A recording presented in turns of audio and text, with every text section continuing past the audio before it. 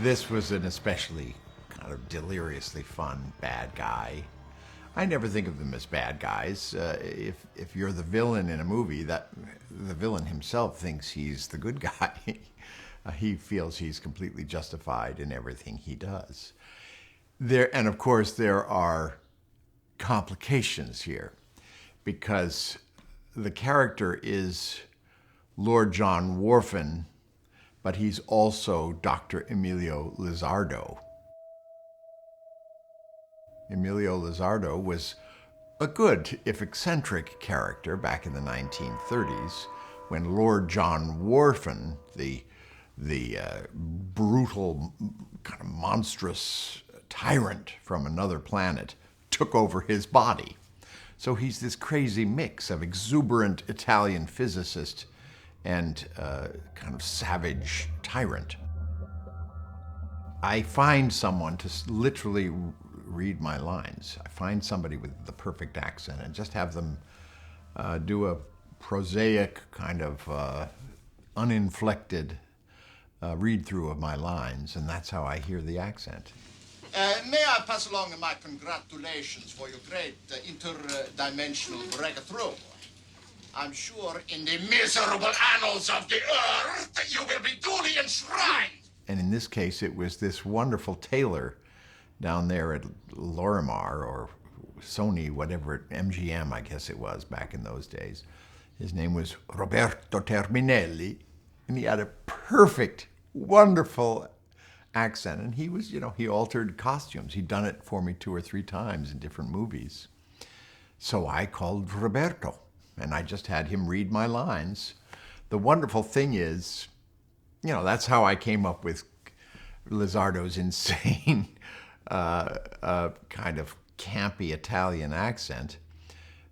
But I managed to get him screen credit at the end as my dialect coach. So if you look at the credits crawl at the end, you see Roberto Terminelli. And over the years, lots of people have contacted me to say, who was that great dialect coach you had on Buckaroo Banzai?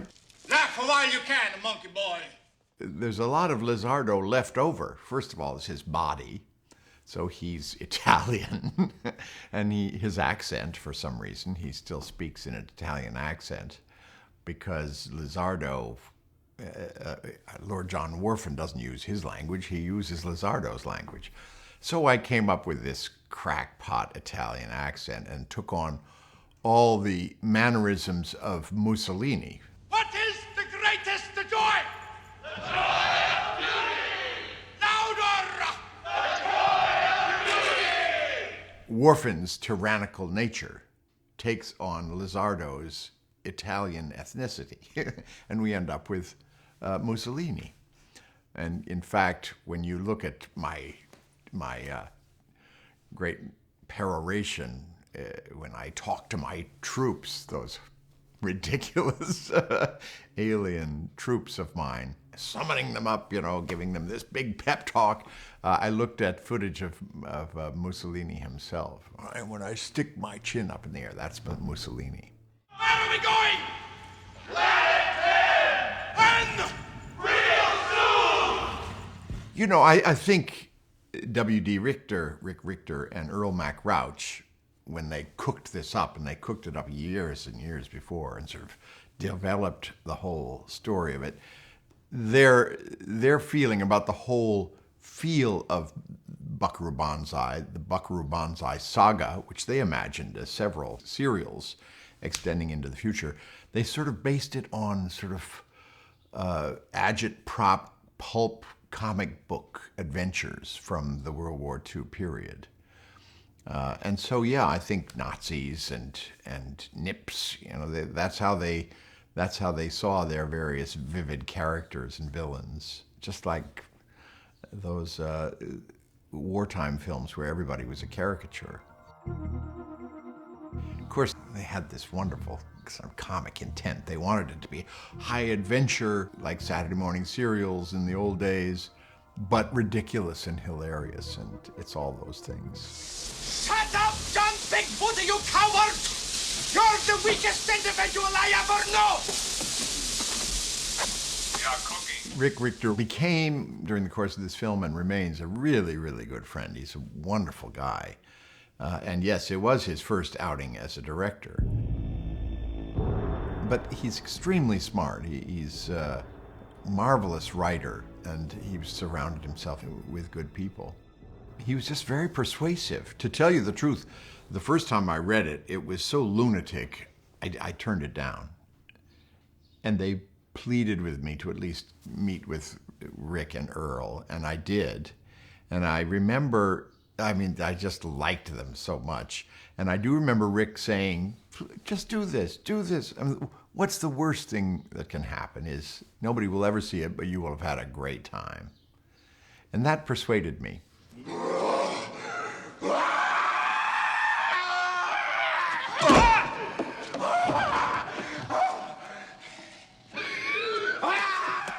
It may well be true that these guys thought in terms of allegory, some sort of deep down serious intent, but we never had the sense of that while we were doing it. We were just doing kind of high adventure, and it was important to take it very seriously. But we knew that the more seriously we took it, the more hilarious it was. It was hilariously fun. I think, except for maybe Third Rock from the Sun, I've never laughed harder or longer on a job. Hilarious. In fact, there's even a moment in the film where you can see me breaking up laughing. I won't tell you what it is, because this is disgraceful behavior. It was also extremely unpleasant. I mean, particularly the stuff that we shot at Yoyodyne. That was in some abandoned metalworks foundry or something way in East Los Angeles in very, very hot August Los Angeles heat. It was murder.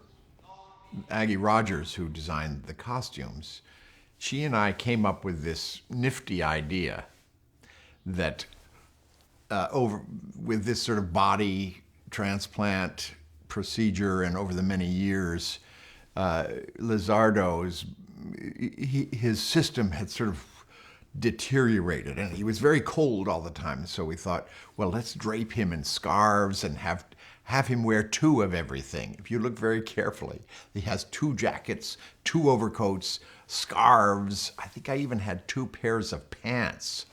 And it was like 105 degrees in this foundry. It was crazy. Big Booty, you carry my overthruster. That was Chris Lloyd and the late Vincent Schiavelli. Those poor guys, they were saddled with that full head makeup. And I don't know, it was so absurd. You know, we would have lunch together or on our lunch breaks, and they would have to shovel food into the little hole in their latex faces. And we would have conversations, and it was all I could do to keep a straight face. It was so absurd. I became good friends with Carl Lumley without ever having seen his face. Vincent Schiavelli used to smoke this big meerschaum pipe. And maybe he even smokes it in the film, I don't know, but he would just sit on the set. I don't know, it was so absurd. As I say, it just made me laugh all the time, this movie. Where do you think you're going, Dr. Moon? No, Planet 10. Planet 10. Why, pray tell? Operator. Doc, put down the phone. That was at the VA hospital in Westwood. We spent that crazy day there with me eating Twinkies and giving myself an electricity fix. You know, you take those lunatic ideas of Richter's and Mac Rauch's, the fact that the aliens fed off of Twinkies and electricity, and we just spun it into that mad scene. Well, that was in the VA hospital. That was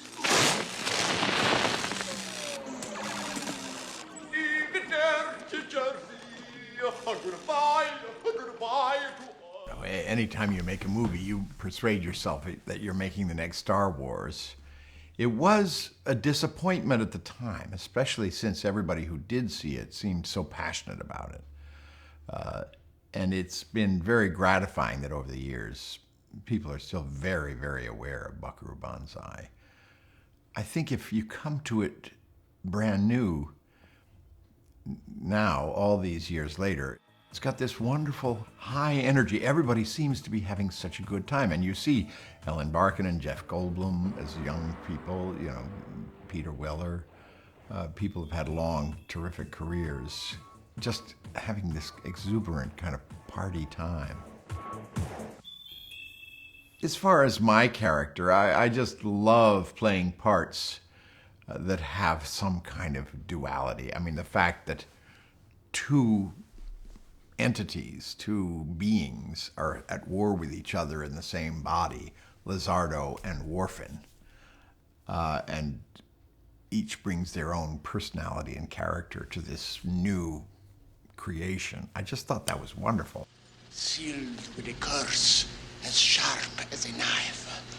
Doomed is your soul, and damned is your life. Richter kind of knew I'd come up with something, and I came up with the idea of the teeth and the wild shock wig. I thought, considering that he lives on electricity, it should look like he's in a constant state of shock all the time.